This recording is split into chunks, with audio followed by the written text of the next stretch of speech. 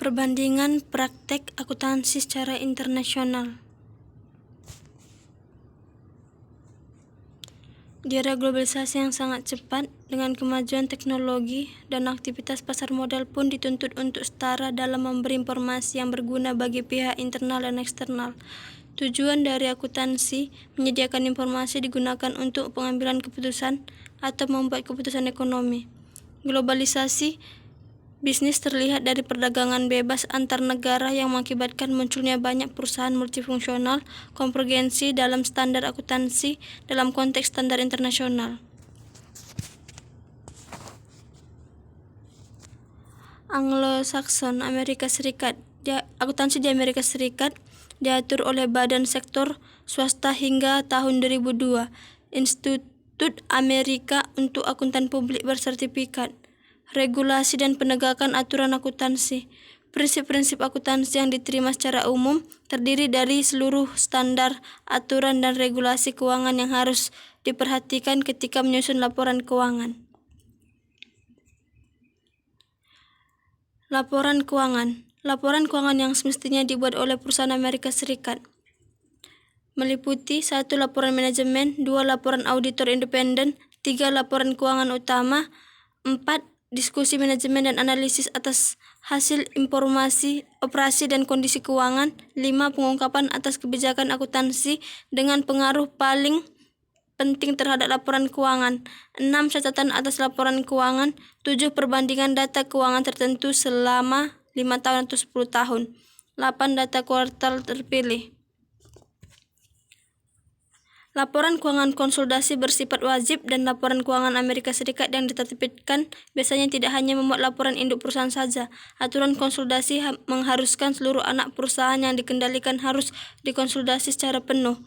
Walaupun operasi anak perusahaan tidak laporan ini biasanya hanya bersifat laporan keuangan ringkas yang tidak diaudit, dikomentari secara singkat. Pengukuran akuntansi. Aturan pengukuran akuntansi di Amerika mengasumsikan bahwa satu entitas usaha akan terus melangsungkan usahanya. Pengukuran dasar akural sangatlah luas dan pengakuan transaksi dan peristiwa sangatlah tergantung pada konsep penanding. Nordik. Akuntansi di negara Nordik dalam hal tertentu mirip dengan negara-negara Anglo-Amerika, tetapi terdapat beberapa pengaruh penting Jerman khususnya mengenai perpajakan. Kelompok ini termasuk Belanda, Denmark, Swedia, Finlandia, dan Norwegia.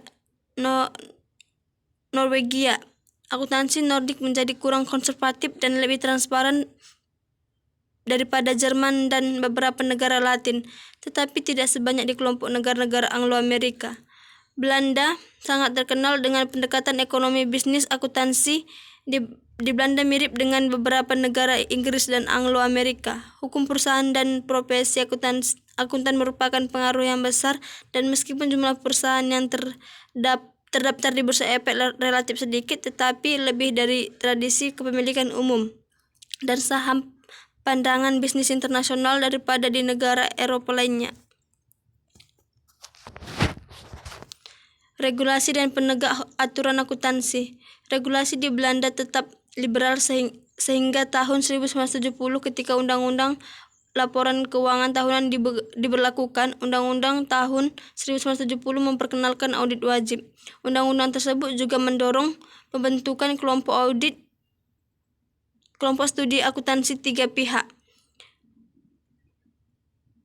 Dewan Pelaporan Tahunan mengeluarkan tuntutan terhadap prinsip akuntansi yang dapat diterima secara umum. Dewan tersebut memiliki anggota berasal dari 3 kelompok yang berbeda. 1. Perusahaan, 2. Penggunaan laporan keuangan, perwakilan serikat buruh dan analisis keuangan, 3. Auditor laporan keuangan, Institut Akuntansi Terdaftar Belanda atau NIFRA. Laporan keuangan. Kualitas pelaporan keuangan Belanda sangat seragam. Laporan keuangan wajib harus disusun dalam bahasa Belanda, namun dalam bahasa Inggris, Prancis, dan Jerman dapat diterima. Laporan keuangan harus memuat hal-hal berikut: 1. Neraca, 2. Laporan laba rugi, 3. Catatan-catatan, 4 laporan direksi, 5 informasi lain yang direkomendasikan. Pengukuran akuntansi. Metode yang digunakan dalam metode pembelian goodwill merupakan perbedaan antara biaya akuisisi dengan nilai wajar aktiva dan kewajiban yang dibeli. Fleksibilitas Belanda dalam pengukuran akuntansi dapat terlihat dengan diperbolehkannya penggunaan nilai kini untuk aktiva berwujud seperti persediaan dan aktiva yang disusutkan.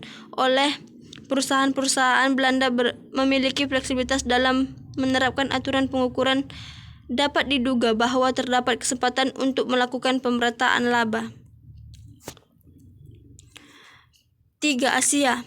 Pembukuan dan laporan keuangan Jepang menggambarkan adanya percampuran dari pengaruh domestik dan internasional. 2 agensi pemerintahan yang terpisah memiliki tanggung jawab regulasi akuntansi dan terdapat pengaruh yang lebih jauh daripada undang-undang pajak penghasilan perusahaan Jepang. Perusahaan Jepang memiliki ketertarikan ekuitas tersendiri dan seringkali bergabung dengan firma milik pribadi yang lain. Keterhubungan daerah investasi industri konglomerat raksasa ini disebut keiretsu. Bentuk bisnis keiretsu telah ditransformasi saat Jepang mengambil alih perbaikan struktural untuk menggerakkan stagnasi ekonomi yang dimulai tahun 1999. Krisis keuangan yang meliputi pergerakan ekonomi Jepang juga disebabkan oleh review standarisasi laporan keuangan Jepang. Regulasi dan pelaksanaan akuntansi. Pemerintah nasional memiliki pengaruh yang signifikan terhadap akuntansi Jepang dan regulasi akuntansi berdasarkan pada 3 badan hukum, yaitu Undang-Undang Perusahaan, Undang-Undang Pertukaran Sekuritas, dan Undang-Undang Pajak Penghasil Perusahaan. Laporan keuangan. Perusahaan yang bergabung di bawah Undang-Undang Perusahaan dibutuhkan untuk mempersiapkan laporan yang berwenang untuk disetujui pada saat rapat para pemegang saham yang isinya antara lain 1. Neraca, 2. Laporan laba rugi, 3. Laporan atas perubahan ekuitas pemegang saham, 4. Laporan bisnis, 5. Jadwal terkait. Faktor-faktor yang mempengaruhi perbedaan praktik akuntansi tersebut. 1. Sumber pendanaan, 2. Sistem hukum, 3. Perpajakan, 4. Ikatan politik dan ekonomi, 5. Inflasi, 6. Tingkat perkembangan ekonomi, 7. Tingkat pendidikan budaya. Tantangan dalam harmonisasi standar akuntansi secara internasional. 1. Perbedaan latar belakang nasional dan tradisi. 2. Perbedaan kebutuhan dari lingkungan ekonomi. 3. Tantangan standarisasi terhadap kedaulatan nasional. Dasar harmonisasi standar dari aspek ekonomi, politik, dan sosial. 1. Rekonsiliasi. 2. Pengakuan bersama. Berikutlah penjelasan dari perbandingan praktik akuntansi secara internasional. Terima kasih.